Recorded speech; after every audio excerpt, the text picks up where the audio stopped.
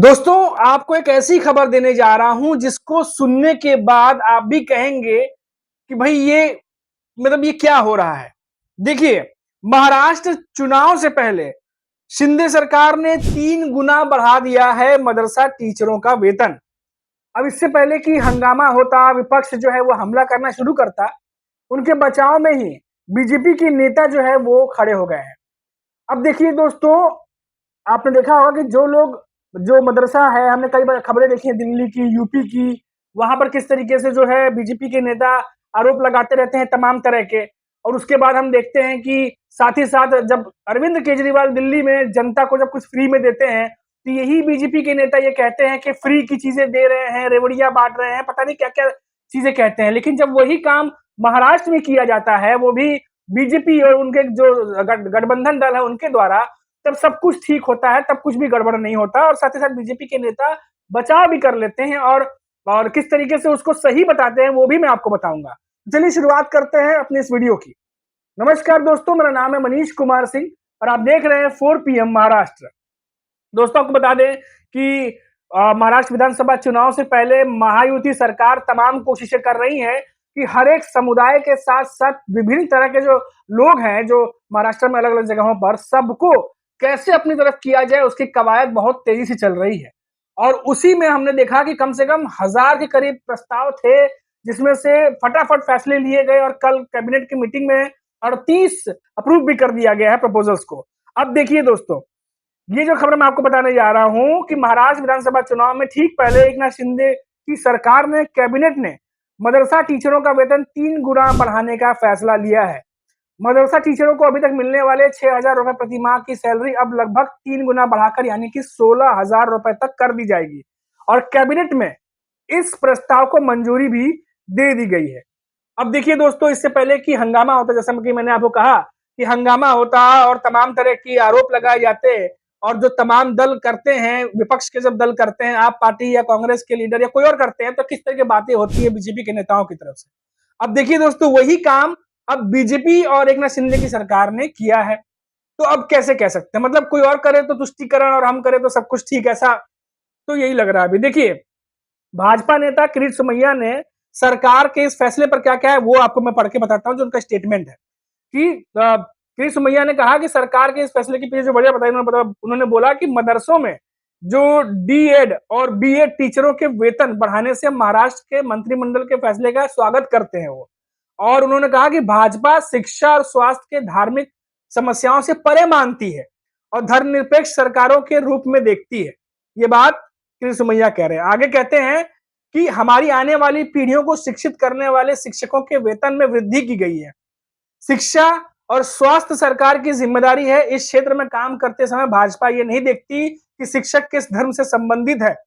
महाराष्ट्र मंत्रिमंडल ने मदरसों में डीएड और बीएड शिक्षकों के वेतन में वृद्धि के फैसले को मंजूरी दी। साथ ही मौलाना आजाद अल्पसंख्यक आर्थिक विकास निगम की शेयर पूंजी को 700 करोड़ रुपए से बढ़ाकर 1000 करोड़ रुपए करने की मंजूरी भी दे दी है दोस्तों। तो ये जो तमाम रिपोर्ट से खबर आ रही है, सोचिए कितनी अहम खबर है दोस्तों।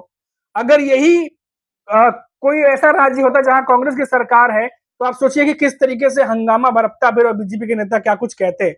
और क्योंकि चुनाव का माहौल है, चुनाव में तमाम किस तरह के आरोप प्रत्यारोप लगते हैं, वो भी आप सुनते और जानते रहते हैं। इसके अलावा मैं आपको और जानकारी दे देता हूं कि ये जो कैबिनेट की मीटिंग हुई थी, ये सीएम एकनाथ शिंदे की अध्यक्षता में ही हुई थी, जहां तमाम बड़े नेता मौजूद थे। बीजेपी के नेता, अजित पवार की एनसीपी के नेता, ये तमाम दल जो है वहां मौजूद थे। और बताइए कि इसके अलावा अलावा जैसे कि हम बात करें अनुसूचित जनजाति, ओबीसी या आदिवासी समुदाय, इन सब को लेकर के जो प्रपोजल दिए गए हैं, सब फटाफट फैसले लिए गए हैं, क्योंकि सभी को पता है कि अभी सबकी नजरें सरकार पर है कि मौजूदा सरकार क्या कर रही है। और चुनाव में अभी अभी आचार संहिता लगने वाली है जल्द ही, और उसको देखते हुए जल्द से जल्द फैसले जो है वो निपटाए जा रहे हैं। अब देखिए, महायुति सरकार के फैसले के पीछे अब बड़ी खींचतान की वजह यह बताई जा रही है कि जिस तरीके से एकनाथ शिंदे की सरकार में बीजेपी है, अजित पवार की एनसीपी है, ये तीनों ही दल जो है अपने अपने वोटर्स को पकड़ना चाहते हैं दोस्तों। अब देखिए कोशिश कैसे चल रही है, ये समझने की कोशिश करिए आप। अजीत पवार की एनसीपी जो है वो कभी भी जो मुस्लिम समुदाय है उनके खिलाफ बयानबाजी नहीं करते, लेकिन बीजेपी के नेता लगातार करते रहते हैं। अभी हाल ही में आपने देखा होगा नीतीश राणे ने भी क्या-क्या कुछ बयानबाजी की थी और अजीत पवार ने बिना नाम लिए ये कहा था कि जो समुदाय को विशेष समुदाय को जो हमला कर रहे हैं, हम ये बिल्कुल भी बर्दाश्त नहीं करेंगे। और बताया जा रहा है कि ये जो फैसला लिया गया है, ये अजीत पवार के वजह से ही ये फैसला जो है कैबिनेट में लिया गया है।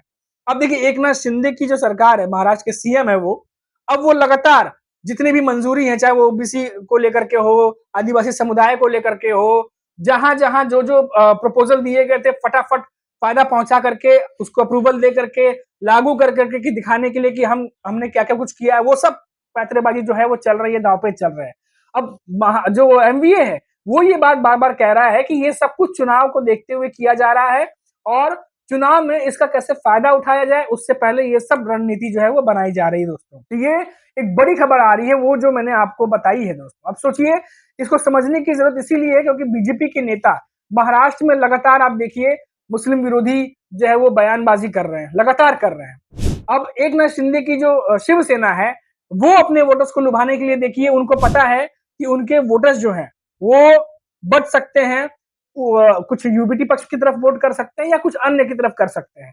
तो कैसे उनको अपनी तरफ लाया जाए, कैसे उनको रिझाया जाए, उसकी वजह से ये तमाम प्रपोजल्स को अप्रूव किया जा रहा है। अब वहीं अजीत पवार के एनसीपी को देखिए, अब वो एकनाथ शिंदे की शिवसेना और बीजेपी की तरफ हिंदुत्व, कट्टर हिंदुत्व बयानबाजी कर नहीं सकते क्योंकि उनकी वो रणनीति नहीं रही है शुरू से, ना ही एनसीपी जो है कि वो विचारधारा रही है उस तरीके से। तो इन दोनों दलों की वजह से अजीत पवार के एनसीपी के जो वोटर्स हैं वो कहीं ना कहीं महायुति से कटने लगे थे। ये बात अजीत पवार को पता थी और जो लोकसभा चुनाव के बाद जो बैठकी हुई उसमें भी उन्हें ये बात समझ में आई कि ये जो दो दल हैं जिनकी विचारधारा लगभग एक सी है, इनकी वजह से अजीत पवार की एनसीपी को नुकसान पहुंच सकता है। इसीलिए जब भी एकनाथ शिंदे की शिवसेना का कोई नेता या बीजेपी का कोई नेता बयान देते हैं, अजीत पवार की एनसीपी वहां पर खड़ी नहीं रहती, ना ही उस बयान को सपोर्ट करती है। वो हमेशा अपना एक अलग स्टैंड रखते हैं। इसीलिए जब तमाम कोशिशें की जा रही है एकनाथ शिंदे की शिवसेना जो सरकार है उनकी तरफ से कि वोटर्स को लुभाया कैसे जाए, ऐसे में ये भी जो है अप्रूवल लेना ही था अजीत पवार को क्योंकि उनके भी अपने वोटर्स हैं जिनको वो टारगेट कर रहे हैं स्कीम्स के थ्रू या नई नई योजनाओं के थ्रू। अब देखिए दोस्तों, सबसे बड़ी दिक्कत यह है कि अजीत पवार की एनसीपी के जो वोटर्स हैं वो बीजेपी को वोट नहीं डालते और ये बात बीजेपी भी जानती है क्योंकि कुछ दिनों पहले ही देवेंद्र फडणवीस ने ये बयान दिया था कि एकनाथ शिंदे की शिवसेना जो सरकार है, जो शिवसेना है, उनके जो वोटर्स हैं वो बीजेपी को वोट डालते हैं, उनका वोट ट्रांसफर होता है, लेकिन जो अजीत पवार की एनसीपी है इनके वोटर्स जो है इनका वोट ट्रांसफर बीजेपी को नहीं होता। तो इसीलिए क्या अजीत पवार अपना अलग स्टैंड रखे हुए हैं कि जो भी उनके वोटर्स हैं वो उन्हें वोट दें और क्या या फिर ये तीनों मिलकर के जानबूझ करके ये तीनों गठबंधन है ये फैसला लेकर के आए हैं ताकि जो इनके वोटर्स हैं उनके वोट ट्रांसफर हो, उनके वोट हमें भी मिले क्योंकि ये गठबंधन की सरकार है, ट्रिपल इंजन सरकार है जो महाराष्ट्र में इस समय चल रही है। तो बहुत ही सोच समझ कर दोस्तों महायुति की तरफ से जो है सरकार की तरफ से ये फैसले लिए गए हैं। आप सोचिए कि जब दिल्ली में, अभी ये सारी खबरें मैंने आपको महाराष्ट्र की बताई, अब देखिए कि दिल्ली में जब अरविंद केजरीवाल जब सीएम थे तो उन्होंने जब फ्री में कई सारी चीजें देने की बात कही थी, उस समय दिल्ली के ही बीजेपी के नेता थे जो फ्री बांटने वाली चीजों को लेकर के किस तरीके से खिलाफ में बयान दे रहे थे, कह रहे थे कि लोगों को रेवड़ियां बांटी जा रही हैं, फ्री में देने से देश का विकास नहीं होगा, बोझ बढ़ेगा सरकार पर और तमाम चीजों की बातें कर रहे थे। अब क्या महाराष्ट्र में जब बीजेपी खुद सरकार में है, हालांकि गठबंधन सरकार है, जब ये चीजें की जा रही हैं तो क्या तब महाराष्ट्र सरकार पर बोझ नहीं बढ़ रहा? तब क्या जब फ्री की चीजें दी जा रही हैं तो क्या फिर ये रेवड़ियां नहीं बांटी जा रही? फिर कैसे किरीट सोमैया इन सब चीजों को जो है वो जस्टिफाई कर रहे हैं, किस तरीके से कर रहे हैं वो मैंने आपको बयान पढ़ के सुनाया। तो ये जो चीजें हैं ना दोस्तों, दोहरा मापदंड कि वो करें तो कुछ और, हम करें तो कुछ और, ये जो है समझने की कोशिश करना है कि ये क्यों हो रहा है दोस्तों। अब देखिए जिस तरीके से हमने यूपी में भी देखा कि जिस तरीके से बहुत सारी चीजें हुई, वहां पर बहुत सारी घटनाएं घटी मदरसों को लेकर के, उसके बाद हम देख रहे हैं महाराष्ट्र में भी बीजेपी जो है वो सरकार में ही है लेकिन यहाँ अलग चीजें हो रही हैं। तो ये तमाम जो घटनाएं हैं इसको देखते हुए इतना जरूर कह सकते हैं दोस्तों कि दोहरा मापदंड जो है एक तरीके से कि वोटों को लेकर के, कि वोटों से कैसे अपनी तरफ किया जाए, उसके लिए जो है कुछ भी करना पड़े, जो भी करना पड़े, सफाई देते हुए हम वो करेंगे। वो साफ साफ दोस्तों अभी तक फिलहाल दिखाई दे रहा है। तो ये जो लेटेस्ट खबर थी वो मैंने आपको बताई और अभी के लिए फिलहाल इतना ही। फिर लौटेंगे दोस्तों तो बात करेंगे महाराष्ट्र की किसी बड़ी खबर पर। तब तक आप देखते रहिए 4 PM महाराष्ट्र और मुझे इजाजत दीजिए। नमस्कार।